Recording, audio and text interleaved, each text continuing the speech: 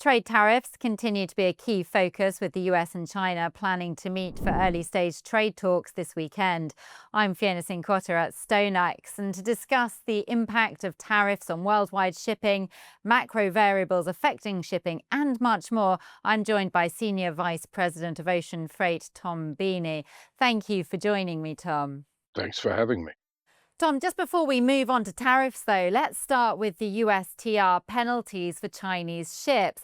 Last month, the USTR imposed penalties on Chinese ships entering US ports as part of a broader investigation into Chinese maritime and logistics. So, what has been the impact for US importers and exporters?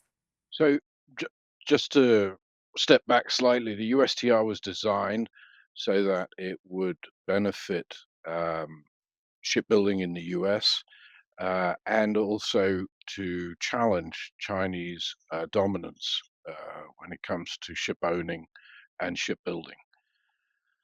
It feels a little like the closing the door after the horse has bolted, as the influence that China has on the shipping markets worldwide is huge. Not only because of its imports and exports, because of the fleet that it's built up over the years. The uh, We are chartering very sort of stormy waters at the moment, as it's difficult to understand exactly where this policy will end up.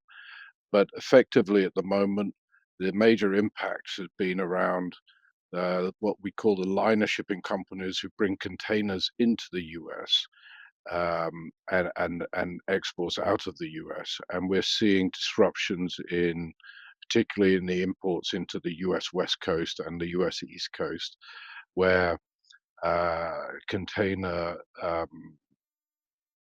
con- container imports are projected to be coming down quite considerably over the next few weeks. Excellent. And I mean, there's no escaping discussions surrounding Trump's trade tariffs as the US and China plan these talks this weekend. But broadly speaking, how have tariffs impacted shipping worldwide? Well, I think the overriding sentiment it produces is a very negative sentiment.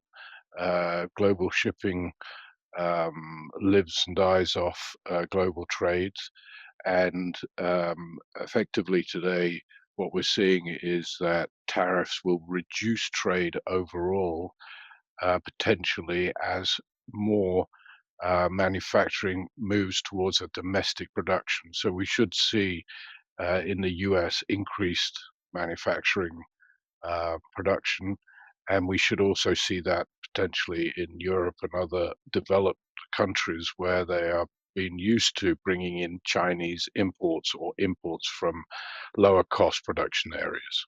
And I mean, talking about China, recent PMI data has shown a slowing in the Chinese economy in the wake of the trade war. What's your outlook for the Chinese economy, and what other macro variables are affecting shipping, steel, and oil? Well, right now, in terms of shipping imports and exports out of China, China is the big 800-pound gorilla in the room. Shipping works off China. So today, the Chinese economy actually in the first quarter didn't do too badly. Its exports were up in Q1 by 12.4%. So, whereas its imports were down. And when we think about shipping overall in China, we look at the steel industry, the power generating industry, and right now, the steel industry seems to have peaked, so that has affected the dry bulk markets.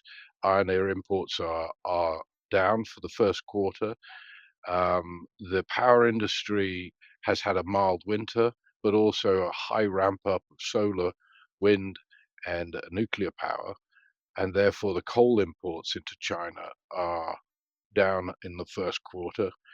And then on container side, it's really the uncertainty of bringing a ship out of China into the US and what kind of penalties that may incur on that liner company when that ship arrives in the US.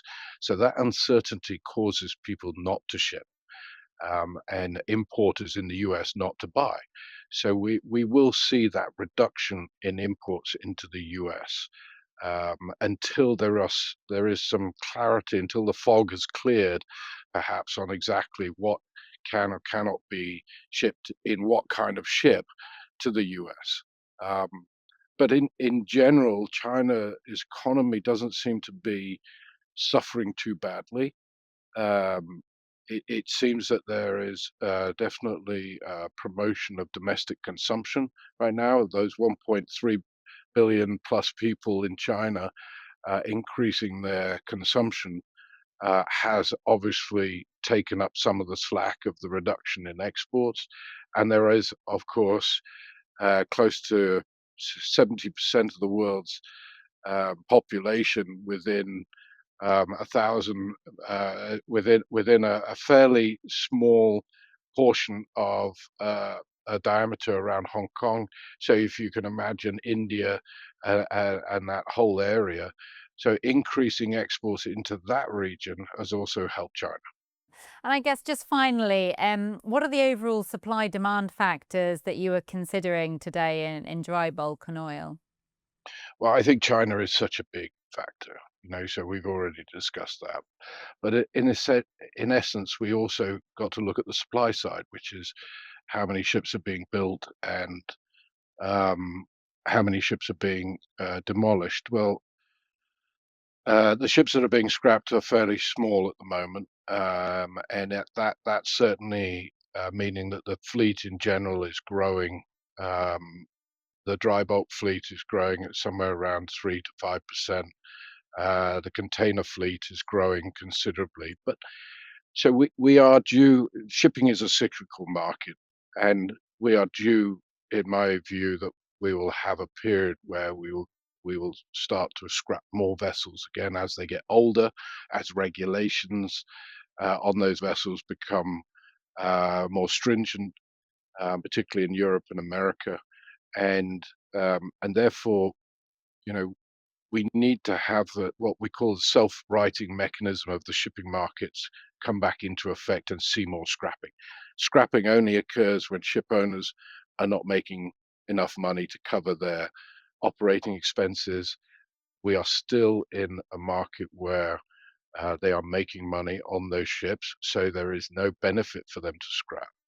So, in essence, what we have is a um, a sentiment of a market which is soft overall in demand because of tariffs and global trade, and we have a fleet that's growing, and that, in essence, is not a particularly good recipe for a stronger shipping market. So we are in a bearish environment overall. That tends to look at it a longer term view. We will have volatility and extreme volatility in the spot market as we start to get a little bit more clarity uh, from what the tariffs exactly will mean for imports and exports for the US and for Europe.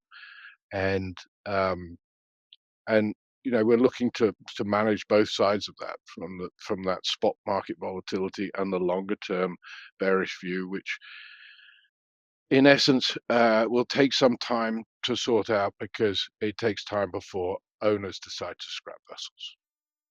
Excellent. Well, thank you very much for your analysis, Tom. It's great to have you here, and we'll look forward to speaking to you again soon. Thank you. For more videos like this, please do like and subscribe.